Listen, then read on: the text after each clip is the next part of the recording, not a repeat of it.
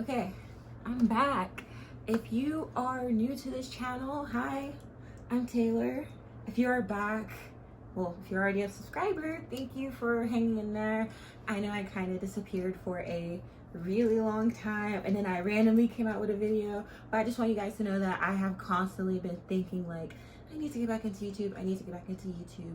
But I kind of had to focus because I finally finished esthetician school. And I did it within COVID. I started in COVID and I finished during COVID, which is crazy. So basically I was supposed to start in March, but I didn't start until maybe around April. And my school is competency based, so it's just really based off what you complete, not how many hours you spend there. There are some states that allow that. Oregon is one of those states. I did attend Bella Institute School of Cosmetology in Beaverton or Portland. If you live in Beaverton or Portland, you would understand how the zip code thing is weird. But basically, yes, it was in Oregon. So if you live in that area, Bella is a great school. It is a private owned school, so no, I did not get any financial aid. I paid out of pocket. Now, these months have been so hard because before I started school, I was already saving for school because I didn't want to just dive in. Basically, let's say my school total was roughly around $7,000. And now that I've graduated, I still owe a small balance, about $2,000, which I'm not complaining about because it could be much worse. But yeah, I'm gonna let you guys know how I started school, what it was like, even with COVID around, how having certain boundaries and a lot of uncertainties didn't stop me.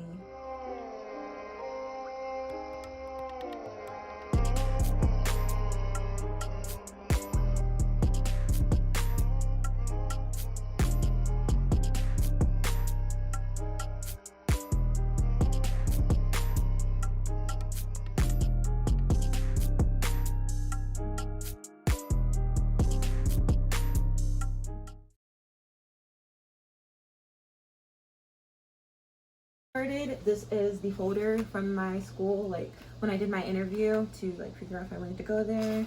I should have had this all out already, sorry guys, but I'm gonna tell you.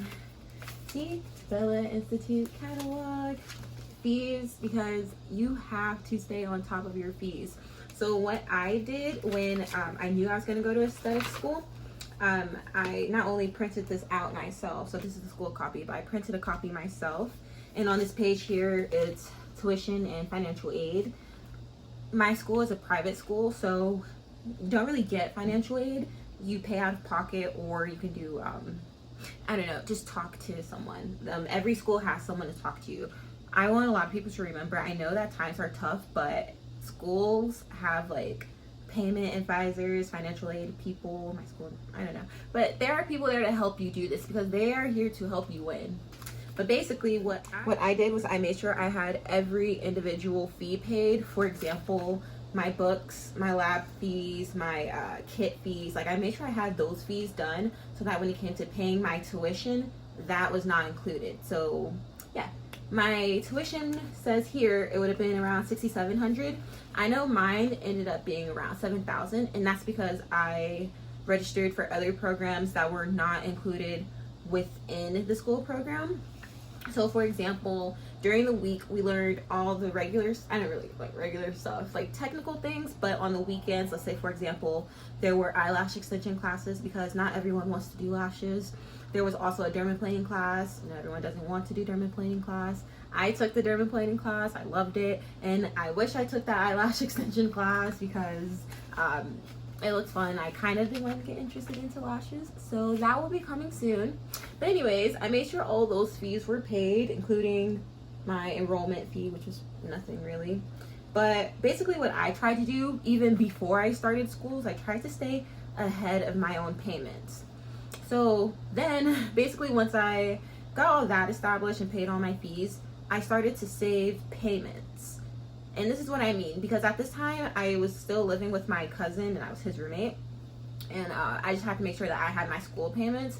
So I would literally, like, whenever I got paid, rent money, and then school money. And I kept that school money somewhere safe. Like, oh my gosh, I went to the bank to get cashier checks. I had never had so much cash on me at once. I made my friend come with me because I had a lot of cash, and I was just like, I was balling, but it was going towards school.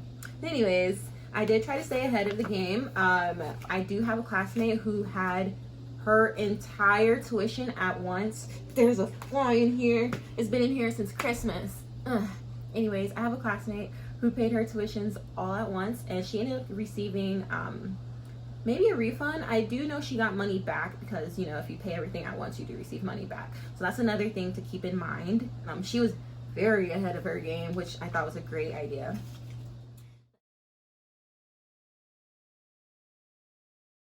This is the book. I know my book looks crazy because I brought this book everywhere. Milady, hello, Milady. First thing I will say is when I saw this book, I was very impressed. Look who is on the cover. Look at her. She's beautiful.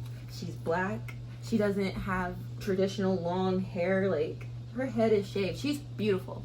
But anyway, so when I received my book, I was super happy. This is the book that was also connected to my online learning on Cengage.com. Because I started school during COVID, a lot of my learning was online, and my teacher did do Zoom chats. I can't believe students find that difficult. I don't know, when it comes to Zoom chats, personally, how I handle them, I mute myself. I feel like everyone should mute themselves if they're not talking. And if you don't want to be seen, ask permission to make your screen blank. I had my bad days. There were days when my room was rough, and I'd just be like, can I just be blank but still talk? And my teacher's like, yeah, sure, as long as you still participate. So yeah, it wasn't hard to keep my attention during the Zoom meetings because I had questions. I tried to stay organized because it's hard to stay organized sometimes. It's just made so, not even staying organized, remembering things. Like, I felt like there were certain things I need to remember. Like, I know, for example, I have the Fitzpatrick scale on here. It's not this page, it's this next page. Like, I know there were certain things that I just certain things I did need to remember, basically. Like, the Fitzpatrick scale. Like, I just knew there were some questions that I would have to, like, be able to refer to back and forth. But also, Cengage, the website that has the online learning, it does have Milady on there, and every test on there corresponds to the book. Even my final, the practice final, corresponded to the book. I did not use my book for the practice final. I practiced that. Oh my gosh, I took that final like maybe 8 times because I have really bad testing anxiety. And you know, basically this is how I feel. Don't take a test until you are ready, because in some cases when you take a test and fail it, you have to pay a fee to take it the second time, and sometimes you can't even take that test right away. You have to wait a while. So that's why I always say wait until you're ready. Trust me, I'm not a tester. But another thing that my school did that I really appreciate is once I did graduate, when I had my exit meeting, not only did everyone give me their business cards, I love business cards, but so if I have a question, even though I'm not a student there anymore, I'm still able to use them as mentorships. And I can take a lash class there because I am a student, you know, I'm graduated. I did all my aesthetic stuff through them, so I can still go back there and take a lash class if they have one coming up. But one thing that I did think was very helpful was my instructor gave me basically an outline for the Oregon Aesthetics exam. Sorry, I thought I got lipstick on here. It's a nice outline, and then also what this outline does is it tells me what chapters are going to be on that exam, and then it also tells me the amount of questions from those chapters on the test. So yeah, I feel like your school should literally hold your hand through this. Not hold your hand, but make this as easy as they can for you, because just like I said, they want to see you win. And if your school doesn't want to see you win, you should probably go to a different school. But yeah, I thought it was pretty cool. It tells me like skincare stuff, germ things, chemical things. It tells you the amount of questions. It even tells you how many questions and how long the test is, which is great. Like I said, I'm not a test person, so when this is giving me a nice idea, filling it out. But once again, thank you, Bella. I appreciate that. Also, if you are not subscribed, don't forget to click the button below because I'm gonna be more consistent, I promise. Anyways, let's see, back to school. When it came to doing more hands-on things, it was a little difficult, and that's because COVID. So now that I'm done with school right now, two things. I live in a different state. I no longer live in Oregon due to COVID. I had to move out of state, which is okay. I live with my family again, which is always great. But yeah, I'm not licensed yet. I am certified once again. Me. But I am certified, so I can practice on people and receive donations, but I'm not going to be working in a shop. But I will be returning to Oregon to get my license there, so then I can transfer it to the state that I currently live in. The only reason why I wasn't able to get my license like immediately was because there are 17 different departments that take their tests in the building that I need to take my test in. And according to my headmistress at my school, there's only one secretary there, so it might take a while for them to hear back from me. Like, I know I had to wait a while just to like contact them, so I'm just going to wait to hear back from them so then I can schedule my test and become licensed. Thank you for watching my video. I really appreciate it. Once again, I do want to apologize because I'm gonna do better. I enjoy doing YouTube. I enjoy editing. I'm sorry that I was distracted. Not even distracted. I was working hard.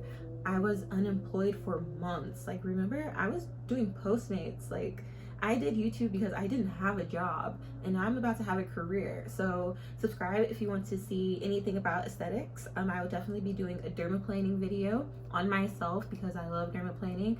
I will do my skincare routine. Maybe I'm still building my skincare routine right now, seeing what I need, what I don't need, seeing what works and what doesn't work with each other, because that's one thing that we all need to do our research about. You cannot